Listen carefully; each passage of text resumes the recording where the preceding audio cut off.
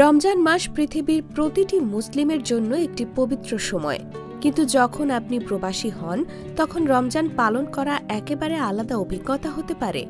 বিশেষ করে যারা অমুসলিম দেশে থাকেন তাদের জন্য এটি একটি বড় চ্যালেঞ্জ। প্রবাসীদের রমজান নিয়ে কথা বললে প্রথমেই আসে কর্মজীবনের কথা। যেহেতু বেশিরভাগ প্রবাসী দীর্ঘ সময় কর্মস্থলে ব্যস্ত থাকেন, তাই তাদের জন্য সাহরি ও ইফতারি বেশ কঠিন হয়ে পড়ে। যেমন দক্ষিণ কোরিয়ার মতো দেশে, যেখানে মুসলিমদের সংখ্যা কম, তাদের জন্য রমজান পালন অনেকটা কষ্টকর।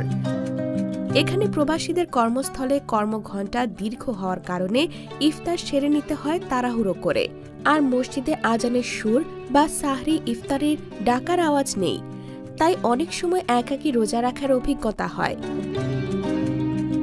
প্রবাসী মুসলমানদের জন্য সবচেয়ে বড় চ্যালেঞ্জ হল খাবারের হালাল হারাম বিষয়টি।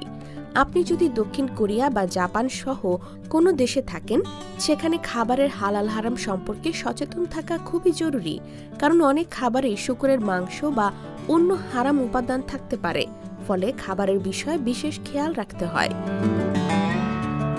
এছাড়া রমজান মাসে প্রবাসীরা নিজেদের দেশীয় খাবার তৈরি করতে চেষ্টা করেন।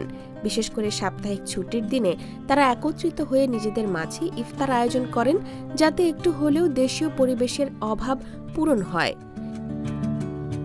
কিছু মুসলিম কমিউনিটি প্রবাসে থাকাকালীন মাসব্যাপী রমজান উপলক্ষে বিভিন্ন ধর্মীয় অনুষ্ঠান আয়োজন করেন, যেমন কোরআন তিলাওয়াত, তারাবি নামাজের আয়োজন এবং মসজিদে ইফতার মাহফিল।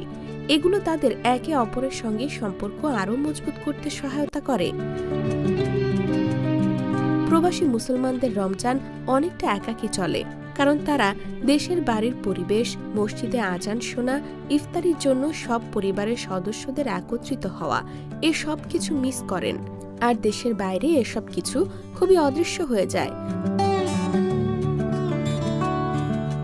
তবে অনেক প্রবাসী বাংলাদেশে থাকাকালীন অভ্যাসকে ধরে রেখে নিজেদের মতো করে রমজান পালন করেন। এত সব চ্যালেঞ্জ সত্ত্বেও প্রবাসী মুসলমানরা তাদের ধর্মীয় কর্তব্য পালন করতে চেষ্টা করেন। তারা জানেন আল্লাহর কাছে এই কষ্টগুলোর প্রতিদান রয়েছে, তাই নিজের জায়গা থেকে যতটুকু সম্ভব রমজান পালন করেন তারা।